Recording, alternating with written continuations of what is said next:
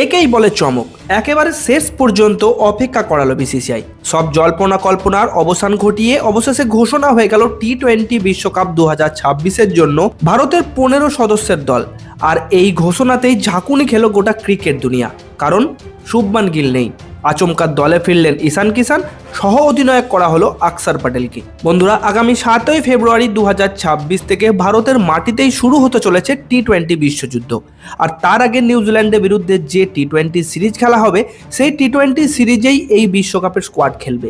দক্ষিণ আফ্রিকার বিরুদ্ধে সদ্য সিরিজ জিতেছে ভারত।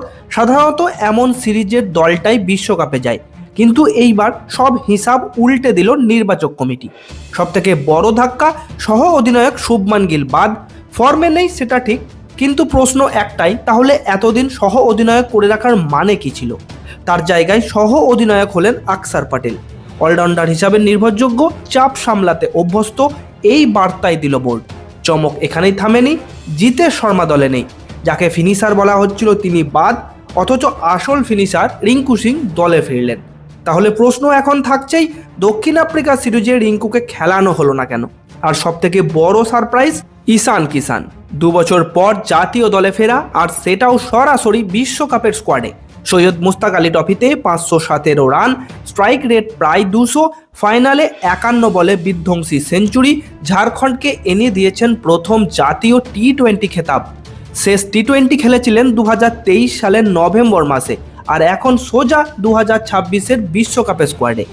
গিল না থাকায় এটা পরিষ্কার হয়ে গেছে সঞ্জু স্যামসন অভিষেক শর্মার সঙ্গে ওপেন করবেন।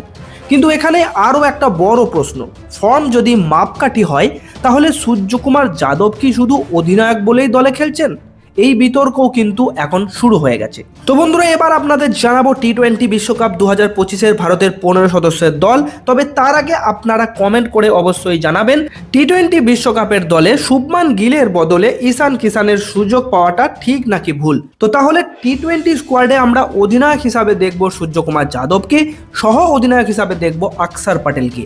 এছাড়াও থাকছেন অভিষেক শর্মা, তিলক বর্মা, হার্দিক পান্ডিয়া, শিবম দুবে, রিঙ্কু সিং, ঈশান কিষান, সঞ্জু স্যামসন, জসপ্রীত বুমরা, বরুণ চক্রবর্তী, আকসদীপ সিং, কুলদীপ যাদব, হর্ষিত রানা এবং ওয়াশিংটন সুন্দর। তাহলে বন্ধুরা, এই ছিল ভারতের মারাত্মক স্কোয়াড টি-20 বিশ্বকাপের জন্য।